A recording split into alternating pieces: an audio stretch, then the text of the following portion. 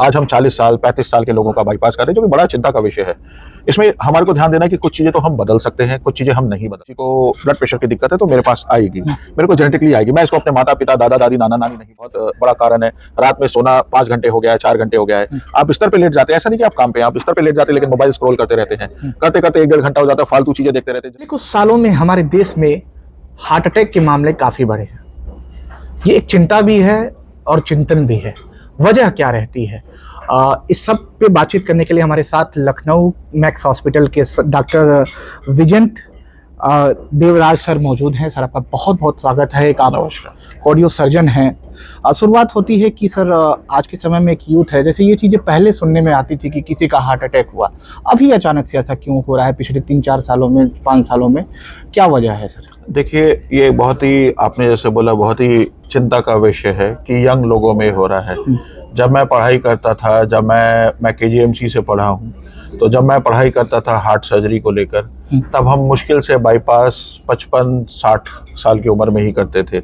आज हम 40 साल 35 साल के लोगों का बाईपास कर रहे हैं, जो कि बड़ा चिंता का विषय है। इसमें हमारे को ध्यान देना है कि कुछ चीजें तो हम बदल सकते हैं, कुछ चीजें हम नहीं बदल सकते। इसको हम ऐसा समझाएंगे कि मेरे पिताजी को कोई हार्ट की दिक्कत रही है तो जेनेटिकली थोड़ी मेरे पास आएगी, मेरे घर में किसी को ब्लड प्रेशर की दिक्कत है तो मेरे पास आएगी, मेरे को जेनेटिकली आएगी। मैं इसको अपने माता पिता दादा दादी नाना नानी नहीं बदल सकता। पर हाँ, बहुत सारे मॉडिफाइबल फैक्टर्स हैं। मॉडिफाइबल फैक्टर्स में धूम्रपान करना, तंबाकू का सेवन। आज आप देख रहे हैं कितने लोग तंबाकू कितने आसानी से अवेलेबल है। इसको हमारे को थोड़ा सा अवॉइड कर देना चाहिए। फिर हमारे को समझना है कि तंबाकू खाना, तंबाकू पीना, सिगरेट के बीड़ी के रूप में बहुत ही जरूरी, इसका ध्यान रखें। दूसरी चीज, व्यायाम करना।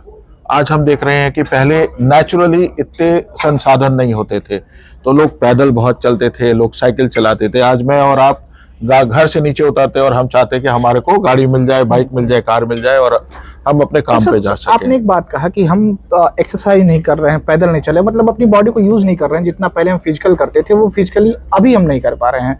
लेकिन ज्यादातर केसेस में से देखे जा रहे हैं कि जिसकी उम्र अभी बहुत कम रह रही है वो तो उस चीजों से अभी काफी दूर है। ऐसा नहीं है, आपको ये समझना पड़ेगा, व्यायाम एक रूटीन पार्ट है हमारे जीवन का। जो हम स्कूल में खेलते थे वही कॉलेज में रहना चाहिए, वही आगे रहना चाहिए। व्यायाम एक हिस्सा है। दूसरा है स्ट्रेस। आज 35-40 साल का इंसान जो है उस पर काफी स्ट्रेस है। हम सब चाहते हैं अपने जीवन में सक्सेसफुल होना, तो हम लोग के स्ट्रेस फैक्टर बहुत है। अपने काम में सक्सेस, यही तो उम्र है जब हम चाहते हैं कुछ अचीव करना, तो एक स्ट्रेस फैक्टर आ जाता है। दूसरा, एक हमारा नींद पूरी ना होना। इसका एक, मैं तो बहुत मेरी अपनी समझ है, बहुत बड़ा कारण है। रात में सोना 5 घंटे हो गया है, 4 घंटे हो गया है, आप बिस्तर पे लेट जाते हैं। ऐसा नहीं कि आप काम पे हैं, आप बिस्तर पे लेट जाते हैं लेकिन मोबाइल स्क्रॉल करते रहते हैं, करते करते 1-1.5 घंटा हो जाता है, फालतू चीजें देखते रहते हैं। जरूरत नहीं है, कोई रील्स देख रहे हैं, कोई कुछ देख रहे हैं, किसी की भी देख रहे हैं जिनको ना हम जानते हैं ना कुछ करते हैं। तो हम रात में नींद हमारी डिस्टर्ब हो जाती है, सुबह हम ग्रॉगी उठते हैं।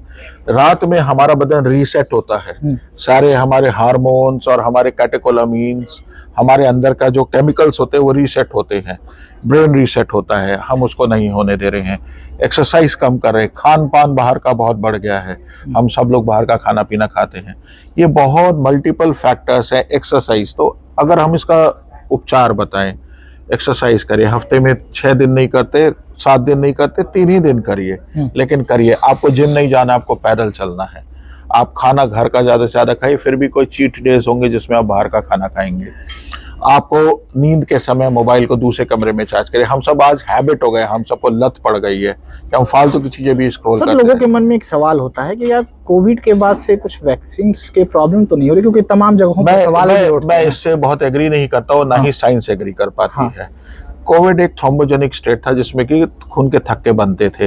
ये वैक्सीन से हुआ कि नहीं कहना बड़ा मुश्किल है। वैक्सीन सबने लगाई मेरे को नहीं पता। मैं लखनऊ में रहा हूं, पर मुझे ये पता है कि हम सबको कोविड हुआ।